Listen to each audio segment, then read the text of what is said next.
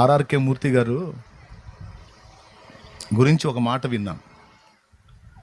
తన వీధిలో గుండా చనిపోయిన ఒక శవాన్ని మోసుకొని వెళ్తూ ఉంటే బయట కూటానికి వెళ్ళి వచ్చి రిక్షాలో ఇంటికి ముందు దిగి ఇంట్లోకి వెళ్ళి ఏడ్చాడంట ఆయన. ఎందుకండి దుఃఖపడుతున్నారు అంటే, నేను వస్తూ ఉన్నప్పుడు ఒక శవాన్ని మోసుకొని వస్తూ ఉన్నారు ఫలానా వ్యక్తిగత. అవునండి పాపం ఆయన చనిపోయారండి అంటే,